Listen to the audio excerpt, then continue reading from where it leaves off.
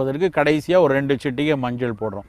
இதுவும் பார்த்தீங்கன்னா அந்த உணவில் வந்து சேரக்கூடிய பல்வேறு பொருட்கள்னால உடலுக்கு கேடு வந்துடக்கூடாதுங்கிறது ஒரு விஷயம். இன்னொன்று, அந்த உணவு கெட்டுப்போகாமல் இருக்கணுங்கிறது இன்னொரு விஷயம். இதை எல்லாத்தையும் தாண்டி இந்த மஞ்சள் உள்ளே சேர்றதுனால நமக்கு பல்வேறு நோய்கள் வராமல் நம்மளுடைய நோய் எதிர்ப்பாற்றல் இயல்பாகவே நமக்கு வந்து உடம்புலேயே நிறைய பாதுகாப்பு தன்மை இருக்கிறது, இம்யூனிட்டி அப்படின்னு சொல்கிறோம். அதில் அந்த இம்யூனிட்டி சிஸ்டம் வந்து நல்லா அலர்ட்டாக வைத்திருக்கிறதுக்கு இந்த மஞ்சள் தூள் பயன்படுது அப்படின்னு நிறைய ஆய்வுகள் சொல்லியிருக்காங்க. நிறைய பேர் வந்து ஒரு அவசர கதியில் வேலை செஞ்சுட்டு ஓடும்போது மஞ்சள்லாம் போடாட்டா என்ன, அது என்ன கலருக்கு தான் அப்படின்னு நினைக்கிறாங்க.